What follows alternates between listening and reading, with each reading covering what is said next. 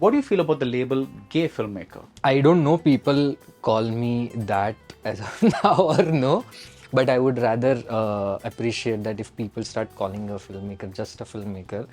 But you know what you're saying, I experienced it in other way. Those who have watched the film and came to talk to me, Right. they are only saying that this is just a romance story. No, nothing about sexuality or anything. But even then, some of the producers used to think a Marathi audience is not ready for this kind of film. So, you know, this was happening, so I couldn't make my earlier films. I know at least two people in remote villages, really small villages, where their parents accepted them completely. Okay. So even that is happening. So it's literally It's all a case by case basis. yeah, and sexuality is the same thing, you know, it's a human thing. Okay, yeah, so first thing, I never make film to educate someone or give, because sometimes people go, oh, what is the message? I'm like, you know, if you watch some, you know, social video or something for message, I'm not making a film for any message. I want to portray this character as human beings first, rather than a gay character or okay, he has this different sexuality or anything. I didn't want to do any of that. I just wanted to portray them as any other human being, just that. Nudity bolo ya fir even kiss, the way most of it is shown is just to ticket audience. I think that is something that is always problematic. In MoMA, after the film got over, one American, she came to me, she was like, when that guy said Sirat, I was so scared. Juicy, spark the happiness, quench your thirst naturally. Hello, Rohan Kanawade. I am so happy to be finally meeting you after all these coordinations of are you in town, are you not in town? Because you're like globe trotting with your film Sabar Bonda. And congratulations, you had your premiere at Sundance, and then you won the Grand Jury Prize, and this is amazing. And you're the first Marathi film to premiere at Sundance and also win this award. So fantastic, congratulations. Thank you. And I've been meaning to talk to you for the longest time, and then I'm finally glad the stars aligned and we're sitting across each other. So Rohan, we are in Warsaw, and you grew up in a one kitchen, one bedroom flat very close to here in Andheri. What was it to grow up in those circumstances and tell your parents that I want to be a filmmaker? Okay. I never told my parents that I wanted to be a filmmaker, and it was this is the place where we started a year back. We started our sound design. I used to come here every day this time. This very studio? This is very studio. We started with this small room, and as we progressed, we went to the the bigger studio. So it's this place, and my house, if you just travel by rickshaw, my mom is there right now. It is just like 15 minutes away by rickshaw. So it's like one kitchen, one bedroom, as in just one room. I just slightly bigger than this studio where we were sitting right now. So it is still that house where I grew up. My schooling was right here, Marathi medium school with Vikas Mandal Vidyalaya. And the thing was, my dad, when he was a kid, he couldn't go to the cinemas because his mom was a maid, and he grew up in Girgaon. And so all the time when he watched films as a kid was during Ganpati festival on the roads at night. So that's how he watched it. And only when he started working as a driver, he couldn't finish his school, so he started working as a driver. That was the time he actually went to the cinemas to watch the movies without telling his mother. But when he married my mom, and when we were born, me and my sister, he took all of us to the cinemas from time to time to watch the movies. And I remember I was like 4 years old, and we were watching this Marathi film called Mahirchi Sadi, and that was the first time I asked my dad, "Is this a big TV?" And that's when he explained me about the projector and everything, and I was actually so fascinated with the projector. And we were anyway watching movies, so after that information about the projector, I was more interested going to the cinema just to go inside the projection room, because since my childhood, I was somehow attracted to the gadgets, which still I am. I wanted to own a projector. So it started with that, and then when my dad took us to watch Jurassic Park, the surround sound and everything, the sound design was so good, and it was such a new experience for me as well. I fell in love with the sound design. So all that was happening since childhood, and when I was in 10th standard, one of the chapter that we had in Marathi textbook that inspired me to start writing.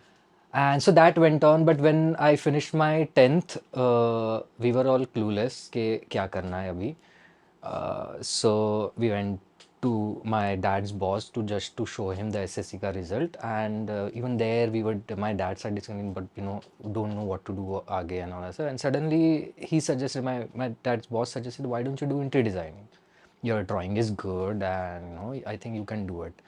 I was like, okay, and that's how I ended up doing interior designing. There was no guidance in a way ki, even I didn't know that I wanted to become a filmmaker or anything. So, we couldn't really navigate that journey about my career. So someone just suggested, I just ended up doing that. But while learning designing, I was also writing. So my college mates, they used to read my stories, which used to be mostly horror stories, which I heard in childhood in the slum. So then I started working as an interior designer, and one of my classmates from my college was my colleague there.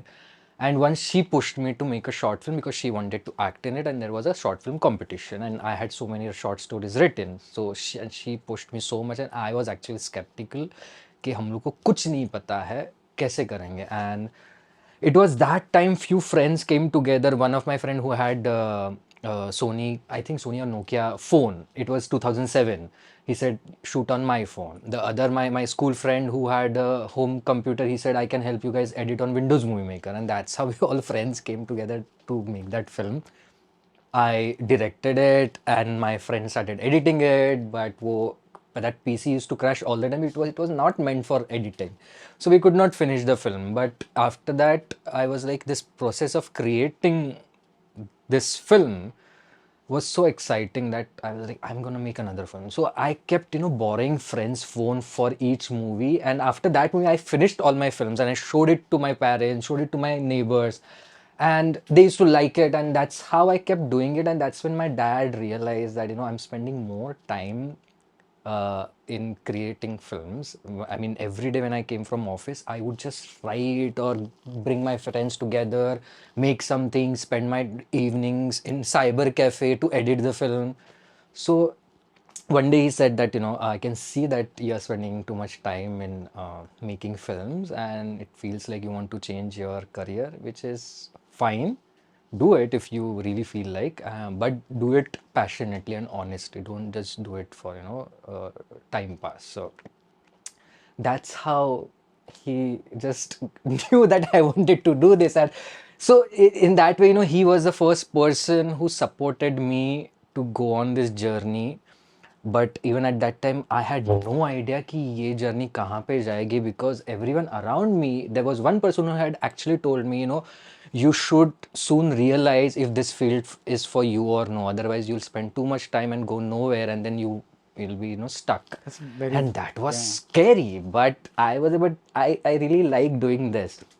Sometimes, you don't have answers why you're making films. It just happens, and something just makes you curious, and you just want to go behind it and explore it and just see where it leads you. It's just that. And I just kept doing it because every time some idea would just intrigue me, and I wanted to make a film about it. And that continued, and because of that, it was in 2012, one of my short films went to Kashish Film Festival. That was my first international film festival, where I also won the Emerging Filmmaker Award. So this is how, all these things gave me more confidence to keep doing it. And my family was supporting me, and that's how it actually started. This is brilliant because I was reading up about you, and two things really stood out. One is, the reason I asked you this question is because usually with more privileged people from more privileged families, when they say they want to become a filmmaker, everybody's like, no, no, no, what if it doesn't work out? What will you do for money and this and that? And why don't you join a safe job and this and that and all that, right? So that's one place where your family just accepted what you wanted to do. The other thing is about your sexuality. And, again, when you go to slightly more privileged, you hear about stories about like people coming out or scared to come out to their parents, or they're coming out or whatever it is. And the parents don't accept, usually, is what you hear. And here again, your parents were beautifully accepting of it. So I was like, this is a beautiful story. It's like I do believe that parents shape us in a lot of ways, consciously or unconsciously. And I think a lot of what you are is part of this empathy Right. that's surrounded you. Am I correct? Yeah. Yeah. Yeah. It's like, just So for that matter, sometimes I think why my dad is like this, or something. But now you have seen the film, you know the story how the parents got married. That's actually the story of my parents' marriage. So I knew when I heard that, I knew my dad was always like this. So a person is always like that. If education or something doesn't give anyone a wisdom sure. or anything. Yeah. So for that matter, I would rather say that this is also a myth that only in upper class societies or educated people they accept their kids. I mean, I know so many of my Yeah, that's friends who are exactly like what I really said. Yeah. educated parents. Like I know some cinematographer whose father is a PhD holder and stuff, and he took his son when he got to know that he's gay. He took him to the conversion therapy. Oh, okay. This is So in India? yeah. Yeah. So I don't think even the class or education give you that wisdom. And so many of my other friends who come from economical lower strata, even their parents accept it. And all I was always thinking that why only in films we see this, Yeah. that only educated people accept and Yeah. this one, but that's not the That's truth. not the case And at all. this is one of the reasons that I wanted to use all of my own experiences to create something that feels much more realistic than imagined version of this story, Yeah. of these characters. The other reason I asked you is very personal because when I quit my corporate job and said I want to do film journalism, again, I'm coming from a privileged family and they all acted like somebody died. Oh, really? Just like, Okay. what? This is what happened? And people used to come home and say things like, look how unhappy you're making your parents and this and that. And now I was guilt tripped and this and that. So like, when I read your story, it was like, wow, that was like, dad's accepting your career, your sexuality. And I'm like, wow, that's in a way, that is a kind of emotional privilege. That's lovely. Right. And I think that's why I wanted to ask you that question. Do you think that the fact that your father passed away and the fact that your father was so instrumental in your journey somehow affected decision to make Sabar Bonda about a father's passing? Actually, no. Before this, I wrote so many other feature-length screenplays. So this has no connection to that at all. Okay. The screenplays that I wrote before, one of them was it was kind of mainstream, but my own way of making that mainstream film. Uh, no, nothing about sexuality or anything. But even then, some of the producers used to think a Marathi audience is not ready for this kind of film. So, this was happening, so I couldn't make my earlier films. For this film, what happened, the main producer, Neeraj Churi, with him, I had made my previous short film. And we were always like, let's make a feature. And just before pandemic, I had images for this story, so many images already, because I had this idea in 2006 while grieving my father. So since then, I was just collecting all the visual notes for this film, and around that time, my head was saturated with this, and that's how it just forces you to write. Otherwise, I don't consider myself a writer. I'm a filmmaker who has to write because I have to make my own films. So my writing process also happens here so many times. So that was happening for all these years, and it was just that time I was thinking, okay, this is time to write. So I just started writing. To be honest, I had no idea if anything will work out with this film or no. But if I want to write, I just want to write. I don't write for like one of my friend was telling me, why do you keep writing films? It takes so much of time. No one is paying you, so why do you? I was like, but I feel like writing and I want to write. I mean, why would I not write? I will write only when someone gives me money. So it was same. I was like, I don't know what will happen. I'll just write, because it was also making me feel happy, because I was trying to change that whole experience, and it's a 90% is a fictional film, and it was just making me feel happy. So I was just exploring that story while writing, and I shared it with Neeraj, and he said he liked it and he would like to do it. I was like, okay, great. And since then we had a plan. Okay, so now how to do all of these things? One of the things was that because I'm not a studied filmmaker, I was like, let's go to the labs, which I was planning for a very long time. Let's apply. because of that, at least people will start getting to know the film through markets, Yeah, yeah.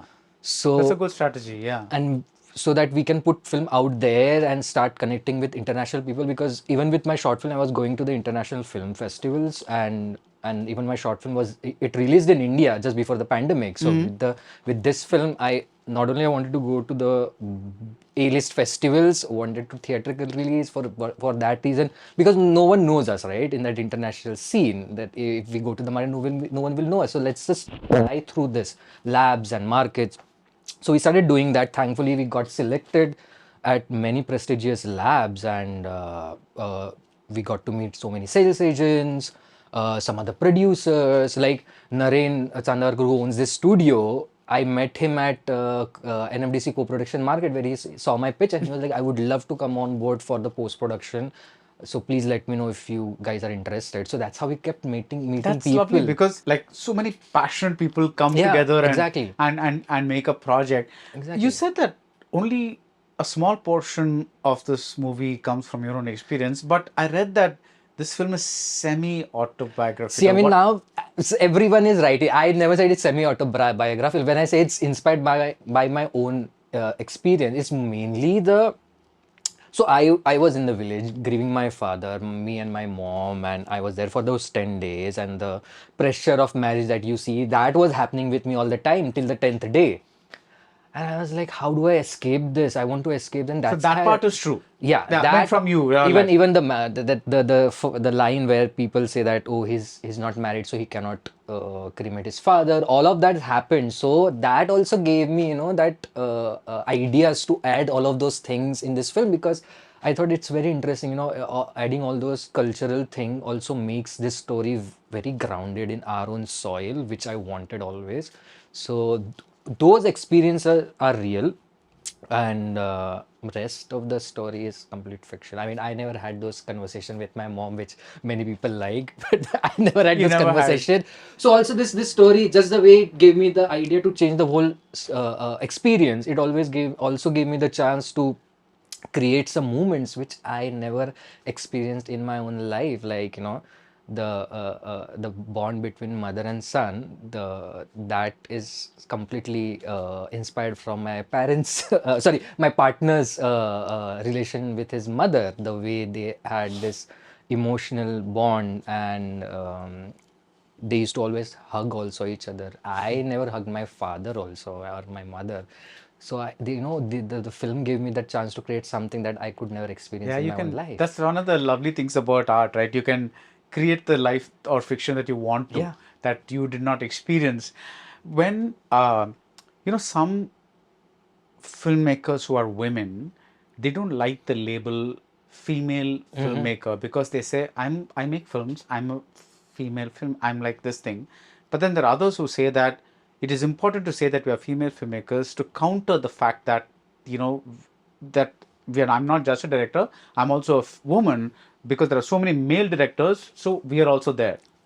What do you feel about the label gay filmmaker? I don't know people call me that as of now or no, but I would rather appreciate that if people start calling a filmmaker just a filmmaker. But what you're saying, I experienced it in other way. So my previous short film was about women. The central character was a woman. So when I showed it to, where did I show it at? TISS. After the screening, there was this one lady professor. She said, why are you making film about women? You're not a woman, and you're not lesbian. You don't live in villages. Why are you making this film? And I said, I have a good story idea, and I think I tried to make an honest film. I made it. That's just all, simple. yeah. And I think as a storyteller, I should be free to tell all kinds of stories. And now the difference is if I'm telling that honestly or no, and does that film make you feel that okay, this is an honest portrayal of this character's life? That should be fine. Right. If I had made a really bad film, then it would have been a different thing. But I didn't, and so thankfully the moderator, who was also a professor from that institute, she intervened and she said, "That's a very I'm glad she basic did, question." because there is this tendency to put people in boxes. Yeah. This is, you're in this box and you're in that box. And one of my favorite examples, and people ask me that, is when Farah Khan made Mehuna. here's a supposedly female filmmaker, and she's not sitting in a corner and saying, I should make only sensitive films or whatever. I want to make a Yeah. macho movie with Yeah. a glamorous hero and a glamorous heroine and a mainstream masala things, and she did it damn well. She pulled it off. It's like that's why when people put that the boxes are very constraining. That you want to be only. But on the other hand, I'm also happy at least some those who have watched the film and came to talk to me, Right. they are only saying that this is just a romance story. They are not putting any labels on the film, which I thought was very And that is good. also, I think, a little bit about the evolution of the audience that watches such films. Because I think one thing that may create a lot of conversation about this film is that, see, in India, we're very, very, very prudish about nudity. We don't, I mean, like, it just creates, even a simple kiss. It's like, oh my God, lip lock, I don't know why we still say lip lock. It's a horrible word. I hate that word. It's like, Right. like it's a kiss. I mean, like, come on, let's be grown up about it. It's like, it's like we don't, but when you show, why do you think the world over, why do you think people accept female nudity more than they accept male nudity? Oh, I don't think I have an answer for that. But for uh, oh, nudity bolo ya fir even kiss, the way most of it is shown is just to tit audience. I think that is something that is always problematic, and that But is okay, why. let's say, what is wrong with titillating the audience? Is there, if for instance, I'm asking a hypothetical question, why not, just like you're putting an action scene to get the blood flowing, why not get the blood flowing to another part? It's like why say a sexuality is why, if you want to arouse the action thing in you, why don't you want to arouse the sexual part of an audience? Is that But wrong? nahin, my thing is you can do that elegantly as well, Okay, where it you're not feels oh, organic. this is organic, Okay. not to just create that An masala. artificial scene. Yeah, Yeah, that's what I'm saying. Most Okay. of the time it is done, because I remember when I with my short film also there was this one sequence, and when we were doing music, the way he did the background score for that, and when I had told him that I don't want any music there, and the way he did it was something. Oh my God, look at this! What she's doing was like that. And most of them, these scenes are treated like that. But if they are treated organically, then of course it gives that impact of that moment is much more. Yeah. So that is the difference I'm talking about. If you do it like that, then it's completely fine. But Even Sabar Bonder, there is no music. There's no score at all. Why is that? first you tell me, what did you feel? What kind of effect it had on you? I'm not a big fan of background music. In the sense that I agree that it's a tradition in India. But I think sometimes that if a background music is, I don't want to be told how to feel. If the director is doing a good job, and if the actors are doing a good job, then I will automatically feel the emotion, or at least I will feel my version of the emotion. right, of course. But if you're going to suddenly play a violin, Yeah. then my response is going to be, oh, sad scene. Yeah. Whereas it doesn't have to be like necessarily that. That's my. So the main thing was I was also trying to create a portrait of that time, even though I'm trying to change, but something based on that. And when I was in the village, I was just sitting throughout the time in the house or outside, and I was just listening and watching. So there was a stillness when I was just looking at village from my veranda. There was a stillness, and there was just a sound of the nature. So I wanted to just create that feel through this film, because for some reason I was also thinking that this version of the story needs to be ultra realistic for the impact Yeah. and for the film, for the feel. And that was one of the reason I decided even before the writing started that there will be no background music. There will be completely still visuals, as in still camera work. And that's how I started writing, because of the realism that I wanted to capture in this film. And then when there was no background music, I also needed to have a interesting sequence that went on for this long to really make audience interested in them. So I had to write it in that way. So and also when I was writing that, I was also including the soundscape into the script. So when people were reading the script, they knew what kind of film it is and the tone and the feel. And I thought this will also give me a lot of time and I can really incorporate a really layered soundscape into this film and create that world through sound. And the silence is that the kind of silences I needed, and the sound that I heard in the village. As a child, I used to go with my cousins to just, they used to take goats in the forest. So I used to go with them so many times. So I had experienced those things. So I want to just create that time also through this film. So that's why there was no background music, and it was just to create the authentic portrayal of the life. And what about the wide framing of a lot of the scenes? Is that you don't really go close a lot? Yeah.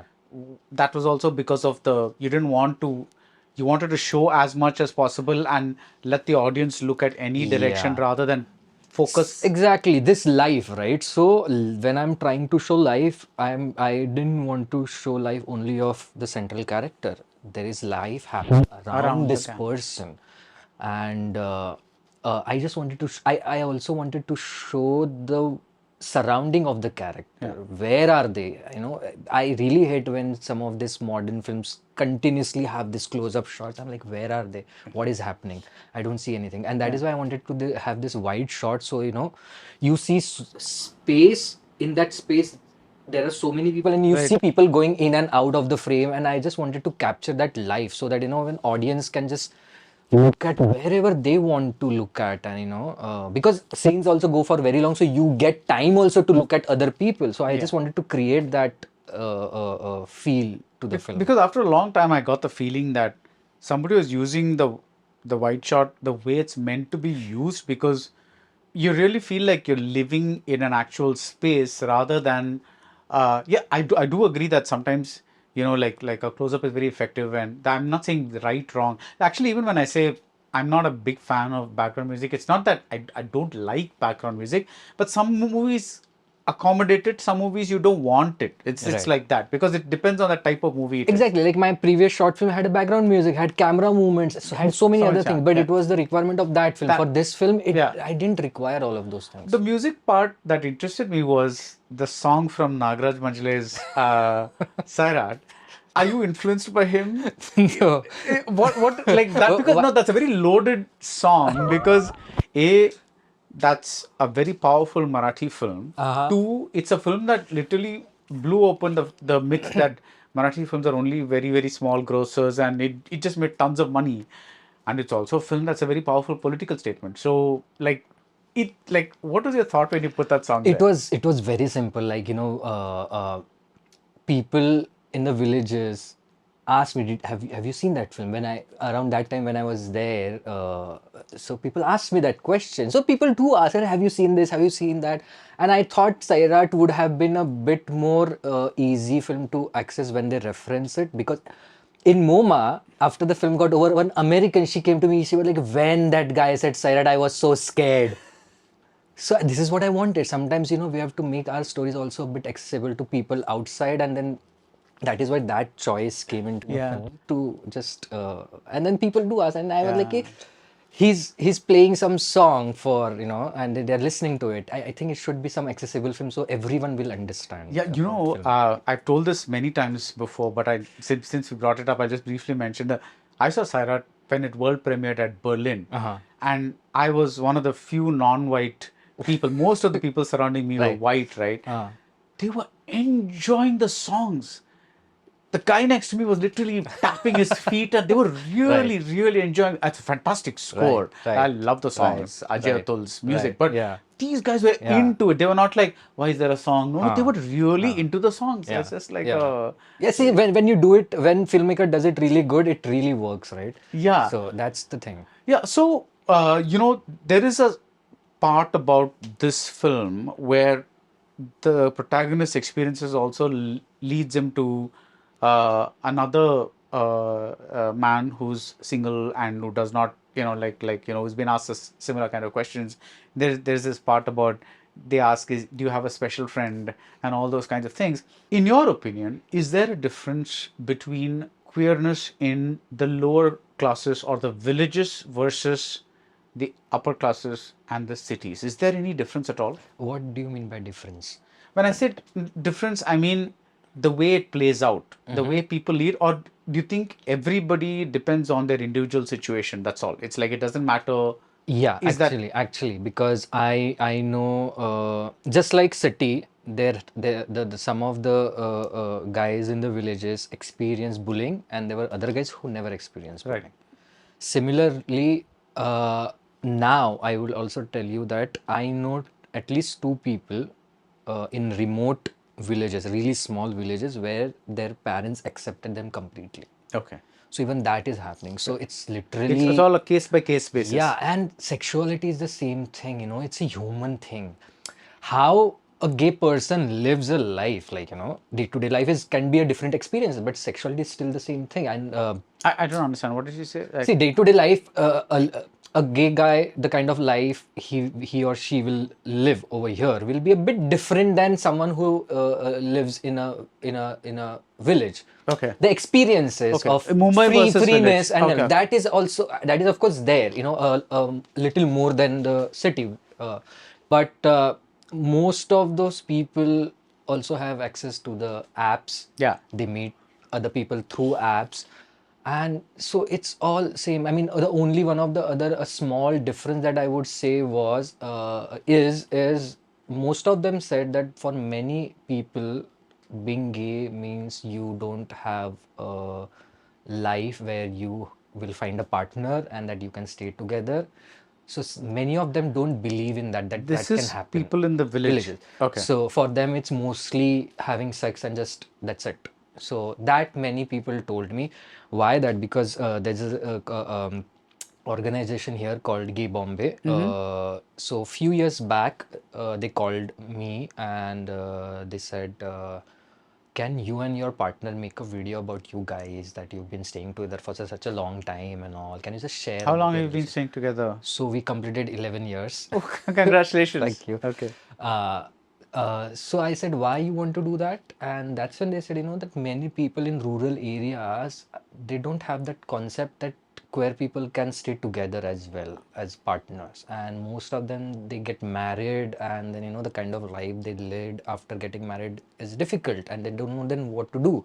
So just for that reason, we just want to make these videos with some of these people from different parts of India, not only from Mumbai people, even people who are from the small towns or villages, they were trying to do that so that they can, post it on YouTube and share it around so that people can get to know that, that it's possible to find someone and can say, why that? Why so many queer film always depict tragedy, right? Yeah. So that's how it is. And people think that no, your life is doomed if you are gay or Yeah. lesbian. So that's still there. Many people don't believe in staying together or that's possibility.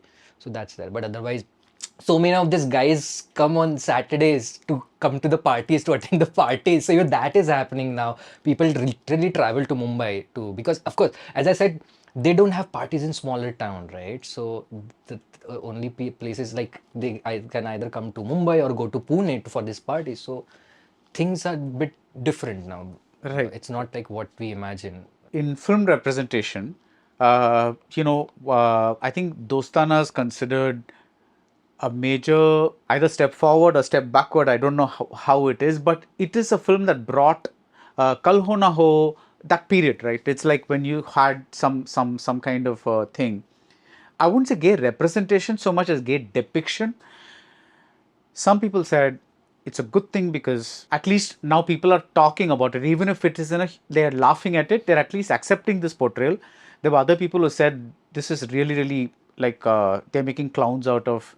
It's almost like you're asking them to laugh at gay people. So it's like this is not a good representation. How do you view this? See, I would just now that you were actually talking, I was thinking in my head, how do I answer this? And I just now thought that, see, these two guys in the film are not inherently queer characters, right? These characters that they were playing, they were You're not talking queer. about Dostana, right? They were not queer, right? So they were just pretending.